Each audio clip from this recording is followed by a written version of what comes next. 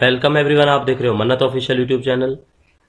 Part 2 हम आपको start करवा चुके हैं AIIMS W previous year paper 2023 का। पार्ट 2 में केवल 20 क्वेश्चंस का डिस्कशन हुआ, यानी कि हम क्वेश्चन नंबर 60 तक पहुंचे थे। अभी क्वेश्चन 20 बाकी हैं, तो आज की क्लास में क्वेश्चन 20 जितने भी हैं हमारे वो डिस्कस करेंगे।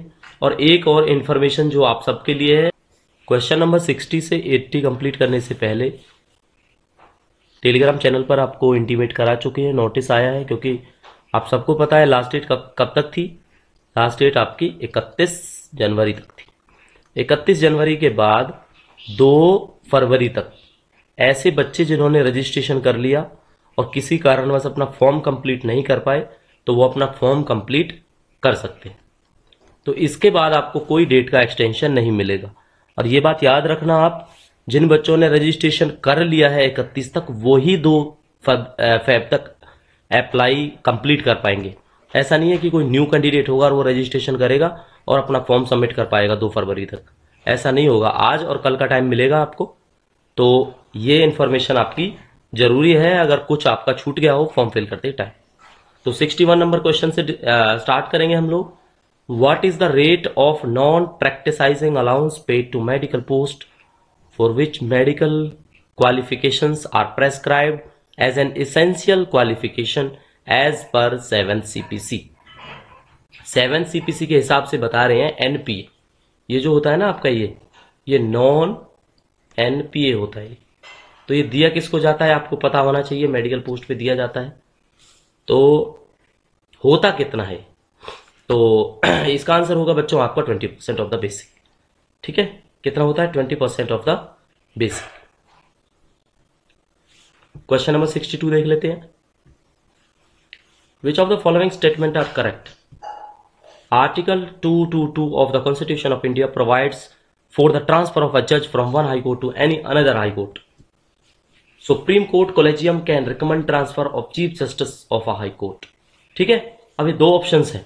अब आपने डिटरमाइन करना है कि आर्टिकल 222 है वो क्या जज के ट्रांसफर की बात करता है, तो ऑब्वियसली आप देखोगे वो जज के ट्रांसफर की बात करता है। सेकंड में है आपका सुप्रीम कोर्ट का कॉलेजियम है। कॉलेजियम आपको पता है चीफ जस्टिस ऑफ इंडिया होते हैं और जजेज होते हैं, वो रिकमेंड कर सकते हैं किसी हाई कोर्ट के चीफ जस्टिस के ट्रांसफर को। तो दोनों के दोनों पॉइंट आपके ठीक है, इसलिए आपका आंसर सी हो जाता है। ठीक है बच्चों। The 7th Central Pay Commission in para 5.1.44 has recommended MACP। अब आपने क्या करना है, इसकी फुल फॉर्म कमेंट करके बता। ठीक है, MACP is a financial upgradation scheme. ये तो आपको पता ही लग गया, ये अपग्रेडेशन स्कीम है which allows financial upgradation to central civilian government employees after continuous service in similar grade pay for the. अब देखो क्या है, वैसे ये होता है 10 साल 20 साल 30 साल पे, लेकिन जो ये AAO का पेपर था आपका, ठीक है, AAO एम्स पटना का जो पेपर था, इसमें इसका आंसर गलत दिया हुआ। मुझे लगता है या तो 5, 10, 15 है, पता नहीं 12, 24, 36 कुछ इस हिसाब से दिया हुआ है। चलो डोंट वरी, कोई बात नहीं। नेक्स्ट देख लेते हैं। The central financial rules 2017 came into force with immediate with effect from. कब से शुरू हुए आपने बताना है। देखो आए तो 2017 में, सारे ऑप्शंस में 2017 है। अब आपको लगेगा या तो 1 जुलाई से होगा, या 1 जून से होगा, या 1 जनवरी से होगा। तीनों नहीं होंगे, इसमें थोड़ा डिफरेंट है। ये विमेंस डे के नाम पे याद रखो। ठीक है, क्या होगा इसका? 8 मार्च होगा। तो 8 मार्च 2017 से आपके विद इफेक्ट फ्रॉम थे हुए जो ये आपके जनरल फाइनेंशियल रूल्स, जिसको हम क्या बोलते हैं शॉर्टकट में, GFR 17। ठीक है, चल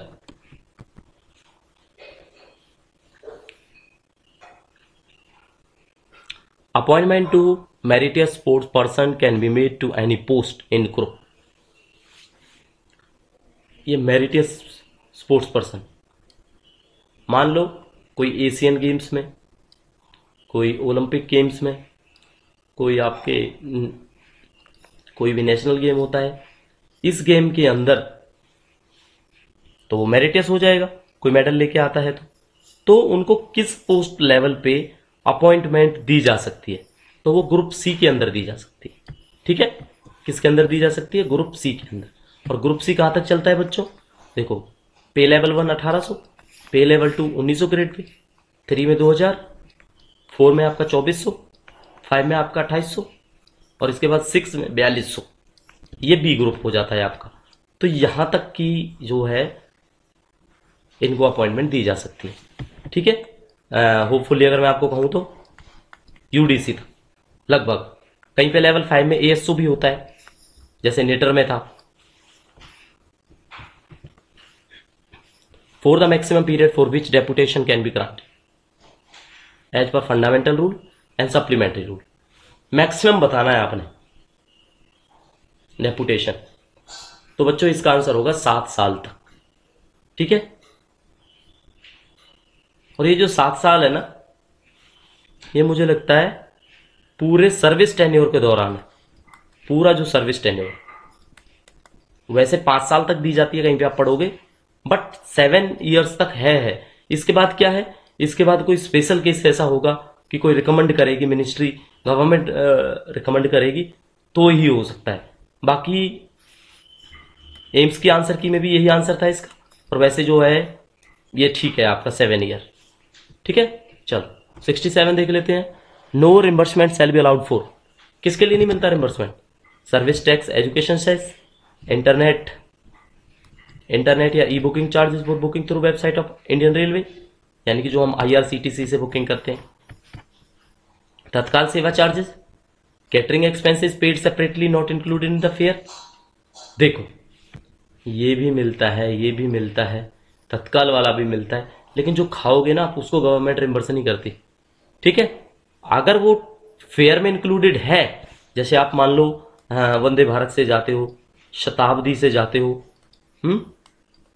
शताब्दी से जाते हो, वंदे भारत से जाते हो, उसमें आपका जो फूड है वो इंक्लूडेड है, केटरिंग, तो आपको मिलेगा रिम्बर्समेंट, वैसे नहीं मिलेगा। तो आंसर क्या होगा इसका? डी आंसर होगा इसका। चलो क्वेश्चन देख लेते हैं 68। कौन सा अलाउंस है जो आपका ट्रीट नहीं किया जाता है? Compensatory allowance. ठीक है, ये हमने याद करना, पिछली क्लासें आपने देखी होंगी, डेफिनेटली आपको करवाया। तो ये सब्चुअरी अलाउंस है ना, यही दिया जाता है जब इसकी हम डेफिनेशन पढ़ते हैं कंपनसेटरी अलाउंस की, तो उसमें लिखा होता है एक्सक्लूडिंग सब्चुअरी अलाउंस।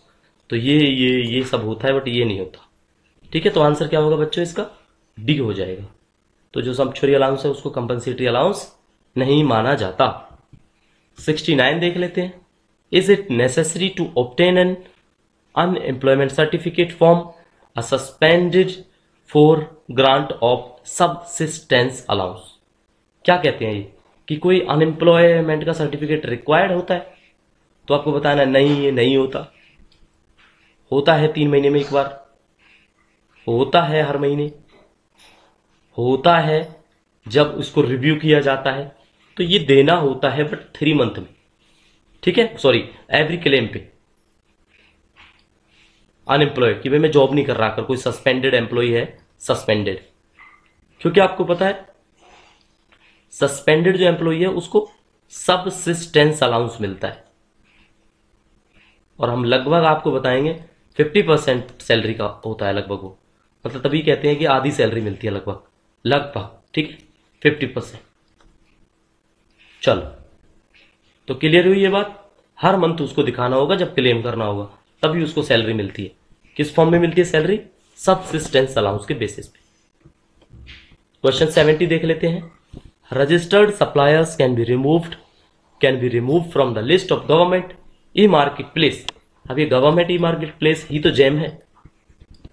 ठीक है, इफ दे वो फेल हो जाते हैं पार्टिसिपेट करने में बिड में, या वो अपने टर्म एंड कंडीशन रजिस्ट्रेशन से फेल हो जाते हैं और सप्लाई नहीं कर पाते गुड को टाइम पे। Supply of standard goods, make proper declaration. क्या कब होगा? वो तभी ही होगा जब वो फेल हो जाएंगे, अपने टर्म्स एंड कंडीशन जो उनके रजिस्ट्रेशन के थे उनको पूरा नहीं कर पाते हैं, और गुड्स को टाइम पे सप्लाई नहीं कर पाते। ठीक है बच्चों, चलो हाँ, ये इंपॉर्टेंट क्वेश्चन है आपके लिए। Limited tender enquiry should be use for the procurement of goods of estimated value. LTE question आता है इसका पेपर में। तो लिमिटेड टेंडर इंक्वायरी का पूछा गया था। तो ये होती है बच्चों आपको 25 लाख तक होती है। कब तक होती है? 25 लाख तक। और 25,000 से ज्यादा, यानी कोई चीज 25,000 से ज्यादा हो, ठीक है, और 25 लाख तक हो, तो लिमिटेड टेंडर इंक्वायरी के थ्रू ही प्रोक्योरमेंट होती है, खरीदारी होती है। ठीक है, चलो कुछ एक्सेसिव नॉलेज है जो आपके साथ शेयर कर लेते हैं। देखो, एक क्वेश्चन पूछा जाता है आपसे पेपर में, purchase of goods without quotation पूछा जाता है। नहीं, मतलब कोटेशन की जरूरत नहीं है, तो वो कितने तक की गुड़ होनी चाहिए? 25,000 रुपए तक। अगर गुड़ की वैल्यू, जो हम सामान खरीद रहे हैं उसकी वैल्यू 25,000 से कम है, तो बिना हम कोटेशन के परचेज कर सकते हैं। और ये GFR 17 के अंदर रूल कौन सा है? तो ये रूल भी याद रखेंगे, रूल नंबर 154। ठीक है, कौन सा है? 154, याद रखना है। चलो, अब 154 बता दिया तो आपको 155 भी बता देते हैं। इसमें क्या है? इसमें है कि 25,000 से लेके 2.5 लाख तक। ठीक है, 2.5 लाख तक। तो इसमें क्या होगा? इसमें मिनिमम जो है 3 मेंबर्स की कमेटी डिसाइड करेगी। 3 मेंबर्स कमेटी, अगर गुड्स को परचेज करना है तो 3 मेंबर होंगे। चलो, एक रूल 162 देख लेते हैं। पैसे के बेसिस पे ही, इसलिए आपको बताया जा रहा है। ठीक है, इसमें होता है up to 25 lakh, up to 25 lakh. और जो नंबर ऑफ सप्लायर है ना इसमें, भाई आप कोटेशन लोगे उनसे, तो number of supplier should be greater than 3। 3 से ज्यादा होने चाहिए 25 लाख से ज्यादा वाले आइटम में, और नहीं तो फिर पार्शलिटी का रूल लगेगा कि जो सप्लायर आपको अच्छा लगा आपने उससे सामान ले लिया। ठीक है, ऐसे ही काफी रूल हैं जो GFR के अंदर हमें पढ़ने को मिलेंगे। अब GFR अपने आप में ग्रंथ हो गया पूरा का पूरा, GFR ग्रंथ। ठीक है, जो आता है प्रोक्योरमेंट डिपार्टमेंट के काम, अकाउंट्स के काम। इसको भी हम बेसिकली पढ़ेंगे। पुरानी वीडियोस में हमने डिस्कशन किया हुआ है, तो पुराने CCS रूल्स की जो वीडियोस हैं वो भी आप हमारी जरूर देखें। क्वेश्चन 72 देख लेते हैं। The purchase of good may be made without inviting quotation, और इड्स लिख गया, ये बिड्स है, BID। ठीक है, और BID up to a value of, अभी बताया है आपको, 25,000 तक की चीज के लिए कोटेशन की जरूरत नहीं पड़ेगी। तो आंसर होगा A। और बच्चों, रूल नंबर कौन सा था?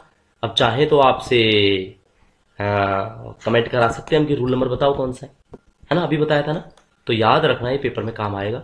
Rule number 154। ठीक है, परचेज विदाउट कोटेशन, और कितने तक होती है विदाउट कोटेशन? 25,000 रुपए तक।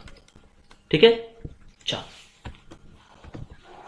गवर्नमेंट सर्वेंट रैंक पे इन पे लेवल 10। अब किसी को पे लेवल 10 में सैलरी मिल रही है, और हम जो पढ़ रहे हैं अभी वो कौन सा पे लेवल पढ़ रहे हैं? असिस्टेंट के लिए 6 और AA के लिए 7। Are entitled to avail transportation of personal effects by goods train. अब ये गुड्स ट्रेन होती है ना, जो सामान ले जाने वाली गाड़ियां होती है, मालगाड़ी, जिसको बोलते हैं मालगाड़ी। तो इससे कितने किलो तक का आप पर्सनल जो सामान है उसको ट्रांसपोर्ट कर सकते हो? पे लेवल 10 के आप ऑफिसर हो। ठीक है, तो इसमें बच्चों लास्ट है जो आपको ऑप्शन मिलता है 6,000 किलो, यानी 6 टन। ठीक है, ये होता है ना, 1 टन में कितने होते हैं? 1,000 किलो होते हैं ना शायद। 1 क्विंटल में होते हैं आपके 100 किलो। बिल्कुल, डेफिनेटली। चलो, क्लियर हुई आपको ये बात? 6,000 किलो तक का जो गुड है वो हम ट्रांसपोर्ट कर सकते हैं, अगर कोई government level officer pay level 10 में आता है तो। Find correct statement. तो high court can not interpret the constitution while reviewing any law और order pass by the central government. तो ऑब्वियसली हाई कोर्ट को तो अथॉरिटी होती नहीं है, मान ले एक कानून बनाया मोदी सरकार ने, किसी सरकार ने कोई कानून बनाया, तो उसको देखना है कि वो रूल के हिसाब से है या नहीं है, तो इसको जस्टिफाई कौन करेगा? हाई कोर्ट करेगा? नहीं, high court have a wider writ jurisdiction than the supreme court. तो मुझे तो नहीं लगता है ऐसा हो सकता है। रिट्स का जुरिडिक्शन जो है वो सुप्रीम कोर्ट का और इनका सबका सेम ही है दोनों का, ठीक है। तो बच्चों डेफिनेटली इसका आंसर है जो एम्स डब्ल्यू के उसमें दिया हुआ है कि नीदर वन नॉट टू, इनमें से कोई नहीं, ठीक है। बट ये रॉन्ग आंसर है। जो एग्जामिनेशन अथॉरिटी जब आंसर की से ऑब्जेक्शन मांगे गए थे तो इसका आंसर सी है, ठीक है। तो हाई कोर्ट इंटरप्रेट नहीं कर सकता, और हाई कोर्ट का एक वाइडर नहीं है, बराबर तो मैं नहीं कहूंगा, हाई कोर्ट का नैरो है, नैरो, ठीक है। समझ में आ रहे हो? ये चौड़ा होता है, ये एक तरह से सिकुड़ा होता है, तो इसका इतना ज्यादा जुरिस्डिक्शंस नहीं है जितना सुप्रीम कोर्ट का है। तो डेफिनेटली इस क्वेश्चन पे फोकस करो। 75 देख लेते हैं। Which section of IPC deals with the threaten to assault और obstruct any public servant while discharging his or duty to separate right और एफ्रे। ये एफ्रे, ये राइट तो बड़े वाले दंगे होते हैं, ये होता है लड़ाई झगड़ा, दंगे फसाद ही बोलते हैं इसको भी, ठीक है, लड़ाई झगड़ा टाइप।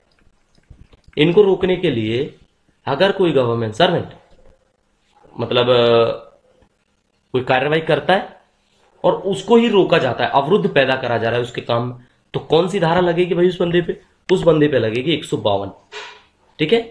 कौन सी लगेगी? आईपीसी की धारा 152 लगेगी, जो बताएगी कि भाई आप रोक नहीं सकते सरकारी एम्प्लॉय को जब वो अपनी ड्यूटी कर रहा हो, दंगे और फसाद इनको रोकने के लिए 152 नंबर है। चल, what are the allowances admissible during suspension, ये हम आपको बता चुके हैं। सबसे जो मेन होता है वो मिलता है आपका सबसिस्टेंस अलाउंस, ठीक है। बट देखो क्या क्या मिलता है इसमें। इसमें है आपका आंसर डी, इन्होंने जो दिया है कि डीए मिलता है, एचआरए मिलता है, चाइल्ड एजुकेशन मिलता है।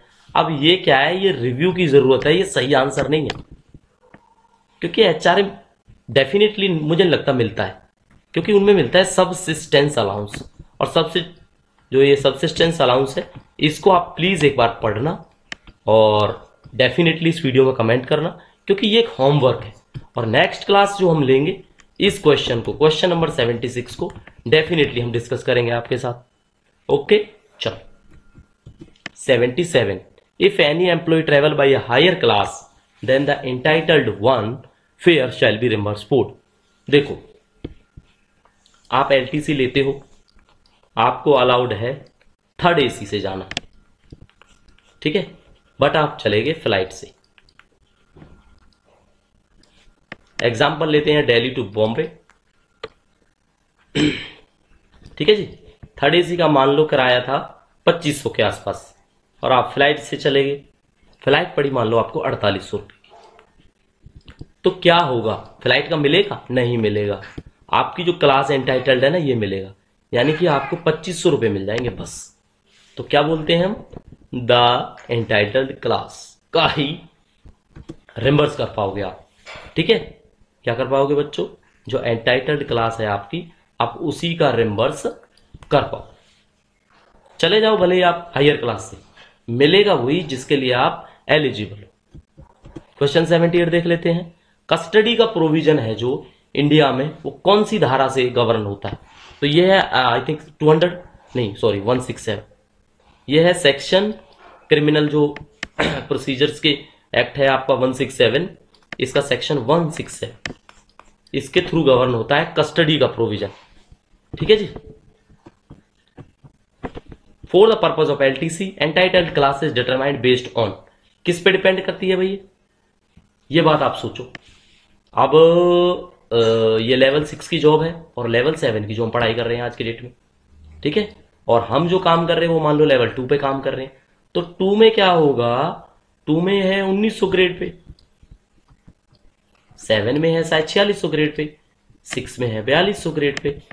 तो ग्रेड पे से ही डिसाइड हुआ ना हमारा कि हम किस चीज के लिए एलिजिबल है। तो ऑब्वियसली इसका आंसर होगा grade pay of the employ, ठीक है। चलो क्वेश्चन नेक्स्ट देख लेते हैं जो हमारा लास्ट होगा। Jam defined under which rule of GFR? तो जैम है आपका गवर्नमेंट ई मार्केट प्लेस, जो हमने फुल फॉर्म आपको बताई है, और इसका आंसर आ जाता है आपका 149। तो पेपर में 149 जरूर याद रखना। 154 हम आपको दोबारा बता देते हैं, purchase without quotation. Purchase without quotation.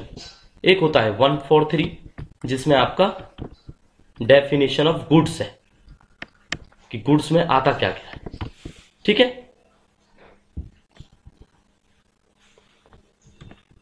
तो बच्चों टोटल 80 क्वेश्चंस आपके हो चुके हैं जो हमारे पोस्ट स्पेसिफिक सिलेबस के थे। बाकी टेलीग्राम चैनल पर आप हमें ज्वाइन कर लो, प्रिपरेशन का आपको मेथड वहां पे मिल जाएगा कि आप हमसे कैसे जुड़ सकते हैं। नेक्स्ट क्लास के लिए प्लीज वेट करते रहिए, जैसे ही पॉसिबल होगा नेक्स्ट क्लास के लिए आपको इंटीमेट कर देंगे। ठीक है बच्चों, तो अगर चैनल का कोई फर्स्ट टाइम व्यूअर है तो वो चैनल को सब्सक्राइब कर दे, बिकॉज नेक्स्ट वीडियोज आपको इसी चैनल पर देखने को मिलती रहेंगी। तो साथियों मिलेंगे नई वीडियो के साथ, तब तक के लिए thank you and see you soon.